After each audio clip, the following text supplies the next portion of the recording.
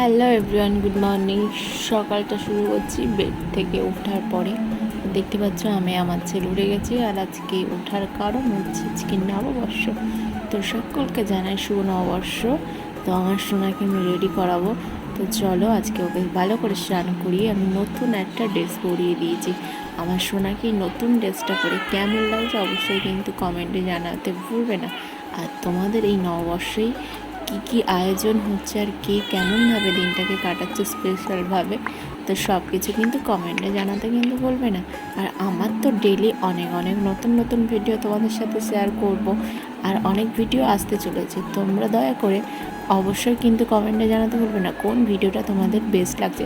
আর আজকে মেনুতে ছিল সাদা ভাত ও শাক ভাজা, তার সাথে ছিল মাছের ঝাল ও শুক্তো ও এঁচড় দিয়ে ডাল, খাসির মাংস, মুরগির মাংস ও আমার ছেলের ষষ্ঠী পুজোয় বেঁচে যাওয়া দই, হজমোলা, আর সাথে ছিল মিষ্টি।